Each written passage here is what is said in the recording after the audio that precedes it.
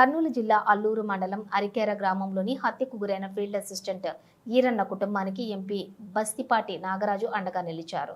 ఈరన్న కుటుంబాన్ని పరామర్శించిన ఎంపీ కుటుంబ సభ్యులకు 50,000 చెక్కును అందజేశారు. మృతుడి భార్యకి అంగన్వాడీ ఉద్యోగం ఇప్పించడంతో పాటుగా చదువుకుంటున్న ఇద్దరు పిల్లల చదువుల బాధ్యత పూర్తిగా తానే తీసుకుంటానని భరోసా ఇచ్చారు.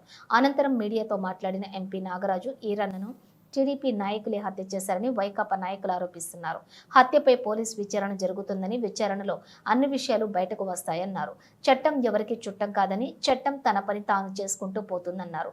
ఇక ఈరన్నను హత్య చేసిన వారు ఏ పార్టీకి చెందిన వారైనా సరే కఠిన చర్యలు తీసుకుంటామన్నారు.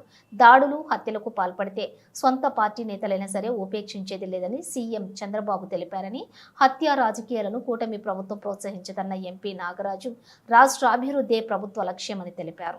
ఈ కార్యక్రమంలోని రాష్ట్ర Kuruva corporation chairman Chandrappa, Kuruva corporation డైరెక్టర్లు శ్రీను, వెంకటరాముడు, అలాగే టీడీపీ నాయకులు, కార్యకర్తలు పాల్గొన్నారు.